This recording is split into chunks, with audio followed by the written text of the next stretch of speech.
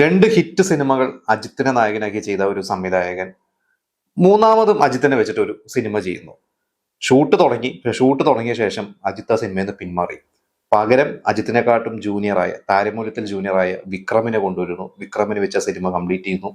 ആ cinema super hit ആവുന്നു. വിക്രമിന്റെ കരിയറിൽ തന്നെ അതുവരെയുള്ള ഏറ്റവും വലിയ ഹിറ്റായി മാറുന്നു. ഞാൻ പറഞ്ഞു വരുന്നത് ജെമിനി എന്ന സിനിമയെ കുറിച്ചാണ്.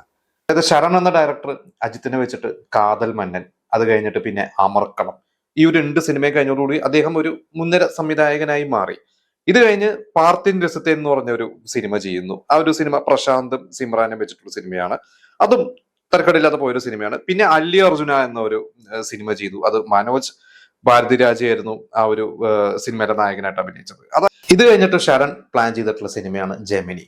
ആക്ച്വലി ആ ഒരു ജെമിനിയുടെ കഥ എന്ന് പറയുന്നത്, നിങ്ങൾ ആ സിനിമ കണ്ട പലർക്കും അറിയുന്നുണ്ടാവും. അതൊരു ഗാങ്സ്റ്റേഴ്സ്, രണ്ട് റൗഡികളുടെ ഒരു കഥയൊക്കെയാണ്. ഇത് ശരിക്ക് അവിടെ ചെന്നൈയിലുണ്ടായിരുന്ന രണ്ട് റൗഡികൾ, അവര് രണ്ടുപേരും അന്നൊരു വലിയൊരു വാർത്ത, അന്ന് ആ 2001 എന്ന് പറയുന്ന ഒരു കാലത്ത് വലിയൊരു വാർത്ത ഉണ്ടായിരുന്നു. അവർ രണ്ടുപേരും അവരുടെ ഈ ഗുണ്ടായിസം ജീവിതമൊക്കെ അവസാനിപ്പിച്ച് പോലീസിന് കീഴടങ്ങുന്നു, എന്നിട്ട് നല്ല രീതിയിൽ ഇനി ജീവിക്കാമെന്ന് പറയുന്നു. അങ്ങനെ ഒരു വാർത്തയായിരുന്നു. അപ്പൊ ഈ ഒരു വാർത്ത ശരണ് സ്ട്രൈക്ക് ചെയ്തു. ഇതിനെ ബേസിട്ട് അദ്ദേഹം ഒരു കഥ എഴുതി. എന്നിട്ട് അത് അജിത്തിനെ നായകനാക്കി. കാരണം അദ്ദേഹത്തിന്റെ തൊട്ട് മുമ്പത്തെ സിനിമകൾ കൂടുതൽ അഭിനയിച്ചിട്ടുള്ള അജിത്താണ്. അന്ന് ഇത്തരം വേഷങ്ങളൊക്കെ ചെയ്യുന്നതും അജിത്ത് തന്നെയാണ്. വിജയ് എന്ന് കുറച്ചുകൂടി സോഫ്റ്റ് റോൾസ് ആണ് കൂടുതൽ ചെയ്യുന്നത്. അപ്പൊ അന്ന് അജിത്തിനെ വെച്ചിട്ട് ഈ എറുമുഖം, അങ്ങനെ ആ ഒരു പേരിലാണ് ആ ഒരു സിനിമ അനൗൺസ് ചെയ്യണതും അതിന്റെ ഷൂട്ടും കാര്യങ്ങളും. ഇന്നും അതിന്റെ പല സ്റ്റിൽസ് ഒക്കെ സോഷ്യൽ മീഡിയയിൽ നോക്കിക്കഴിഞ്ഞാൽ കാണും.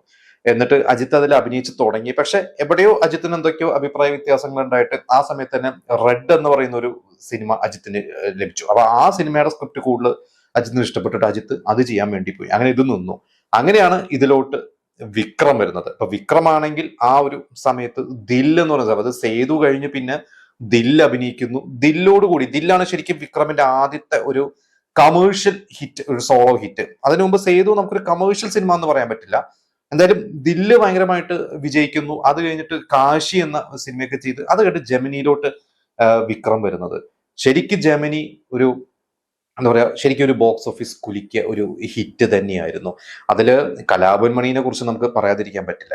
എനിക്ക് ആ ജെമിനിയിലെ പാട്ടുകൾ അന്ന് ഓൾറെഡി ആ ഒരു മാർച്ച് മാസം ആ ഓ പോഡ് എന്ന് പറഞ്ഞ ഒരു പാട്ട് അന്ന് SS മ്യൂസിക് ഉണ്ടെന്ന്, SS മ്യൂസിക്കിൽ റെഗുലർലി ഈ പാട്ടൊന്ന് കാണിച്ചിരുന്നു. അപ്പൊ ഞാനൊക്കെ ഭയങ്കരമായിട്ട് ത്രില്ലടിച്ചിട്ട് ഈ ഒരു സിനിമയ്ക്കൊക്കെ വേണ്ടിയിട്ട് വെയിറ്റിംഗ് ആയിരുന്നു. പിന്നെ ഓൾറെഡി നമുക്ക് വിക്രമിനോട് ഒരു ഇഷ്ടമുണ്ട്. വിക്രമൻ നമ്മൾ ധ്രുവത്തിലും സൈന്യത്തിലും രജപുത്രയിലും ഒക്കെ കണ്ട് ഒരു ഇഷ്ടം വിക്രമിനോടുണ്ട്.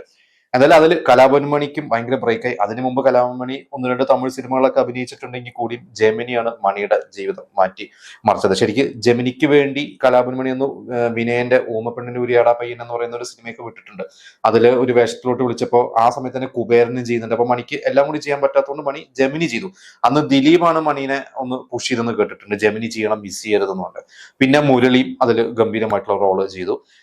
വിക്രമിന്റെ കരിയറിലെ അത് വരല, അതായത് ദില്ലിന്റെ മുകളിൽ പോയ ഒരു ഹിറ്റ് തന്നെയായിരുന്നു ജെമിനി എന്ന് പറഞ്ഞാൽ. ആ വർഷത്തെ ഏറ്റവും കൂടുതൽ ലാഭം കിട്ടിയ സിനിമ, ആ വർഷത്തെ ടോപ്പ് ഗ്രോസർ എന്ന് പറഞ്ഞ തമിഴിലെ ബാബയാണ് രജനീകാന്തിന്റെ. പക്ഷെ ബാബ ഭയങ്കര ബഡ്ജറ്റ് ആയിരുന്നു. ബാബ എന്ന് പല ഡിസ്ട്രിബ്യൂട്ടേഴ്സിനും നഷ്ടമായിരുന്നു. രജനി എന്ന് കുറെ ഡിസ്ട്രിബ്യൂട്ടേഴ്സിന് പൈസ തിരിച്ച് കയ്യിൽ നിന്ന് എടുത്ത് കൊടുത്തു എന്നൊക്കെ അന്ന് കുറെ ന്യൂസ് ഒക്കെ ഉണ്ടായിരുന്നു.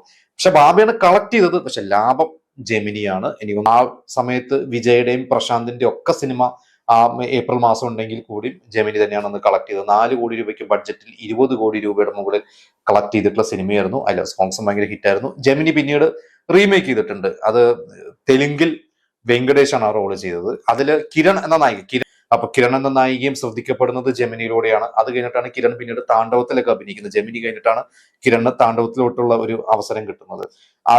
തെലുങ്കിൽ പോയപ്പോൾ നമിതയാണ് അതിലെ നായിക വേഷം ചെയ്തത്. പക്ഷെ കലാഭവൻ മണിയുടെയും മുരളിയുടെ വേഷം അവര് തന്നെയാണ് ചെയ്തിട്ടുള്ളത്. എന്തായാലും അത് അജിത്തിന് ഒരു മിസ് തന്നെയായിരുന്നു. എനിക്കൊന്നും റെഡ് ഒന്നും ഇതിന്റെ അത്രയ്ക്കൊന്നും ആ ഏഴലത്തെ പോയിട്ടില്ല ജെമിനിയുടെ ഒന്നും അതിന്റെ കളക്ഷൻ വൈസ്. എന്തായാലും ജെമിനി തന്നെയായിരുന്നു വിക്രമിന്റെ ആ ഒരു കമേഴ്ഷ്യൽ, ഒരു വലിയൊരു ബ്രേക്ക് എന്ന് തന്നെ പറയുന്നത്. അജിത്തിന്റെ ഒരു വലിയ നഷ്ടം തന്നെയായിരുന്നു. എന്റെ ഓർമ്മകൾ ജെമിനിയെ കുറിച്ചുള്ളതാണ് ഞാൻ നിങ്ങളോട് പറഞ്ഞിട്ടുള്ളത്. അതിലെ പാട്ടുകളാണ് എനിക്ക് ഇന്ന് ഓർമ്മ. പിന്നെ ഞാൻ ആ സിനിമ പലപ്പോഴായിട്ട് ഇപ്പോഴും പല യൂട്യൂബിലുണ്ട്. എനിക്കോട് അത് പല പ്ലാറ്റ്ഫോംസിലുണ്ട്. ഞാൻ ഇടയ്ക്കിടയ്ക്ക് അതിലെ സീൻസും അതിലെ പാട്ടുകളൊക്കെ എടുത്ത് കാണുന്നതാണ്. നിങ്ങൾക്ക് ജെമിനിയെ കുറിച്ചുള്ള ഓർമ്മകൾ, അത് അജിത്തായിരുന്നെങ്കിൽ, നമ്മുടെ തലയായിരുന്നെങ്കിൽ അത് എങ്ങനെ ഉണ്ടാവുമെന്നുള്ളത് ഇന്ന് നിങ്ങൾക്കത് വിക്രമനെ മാറ്റി തലയായിട്ട് സങ്കല്പിക്കാൻ പറ്റുന്നുണ്ടോ? നിങ്ങൾക്ക് എന്ത് തോന്നുന്നു? നിങ്ങൾ നമുക്ക് കമന്റ് ചെയ്യുക.